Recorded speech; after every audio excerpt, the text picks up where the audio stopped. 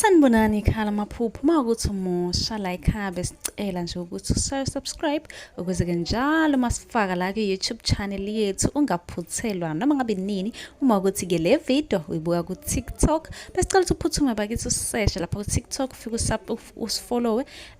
Ngijwayele ukuba live nje uzobona wonke amavidiyo amaningi, kodwa amavidiyo amaningi agcwele la ku-YouTube, so kwakho ukuthi usubscribe and turn on i-notification bell ukuze njalo uma ngifaka amavidiyo izothi nqinqi efonini yakho ukuze ubone ukuthi la sikhuluma ngani, ngoba wonke ama-comment eniwabuzayo ngizolokhu nje ngenza amavidiyo ngafaka. Uma-ke nawe ubuzile ungakayiboni impendulo yakho, scrolla semaningi amavidiyo engiwenzile, uzofika-ke lapho ubone mhlawumbe impendulo yakho, noma mhlawumbe uphuphe ungeza nawe uzoscrolla uzocinga impendulo. Ake ngiqhubeke ngichaze amaphupho eniwabuze kuma-comment section.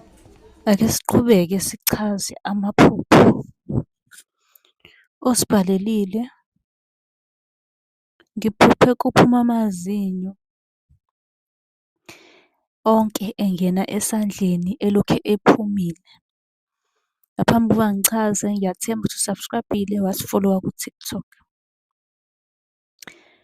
Lelo phupho lisuke libika ukuthi unemimoya yamadlozi ekwembethe edinga ukuyenzelwa igobongo lwayo. Kanti kuyahlukahlukana, kwesinye isikhathi kuyasho ukuthi-ke kunento ethile eyigugu kuwena ezokulahlekela. Uma unombuzo sicela ubuze kwi-comment ukuze sizokwazi ukuthi-ke sikwenzele yakho-ke nawe ividiyo la sobe siphendula khona umbuzo wakho. Kanti uyakwazi ukusibhalela ku-TikTok ucele inombolo ka-WhatsApp ozobuza kuyona njalo ekuseni .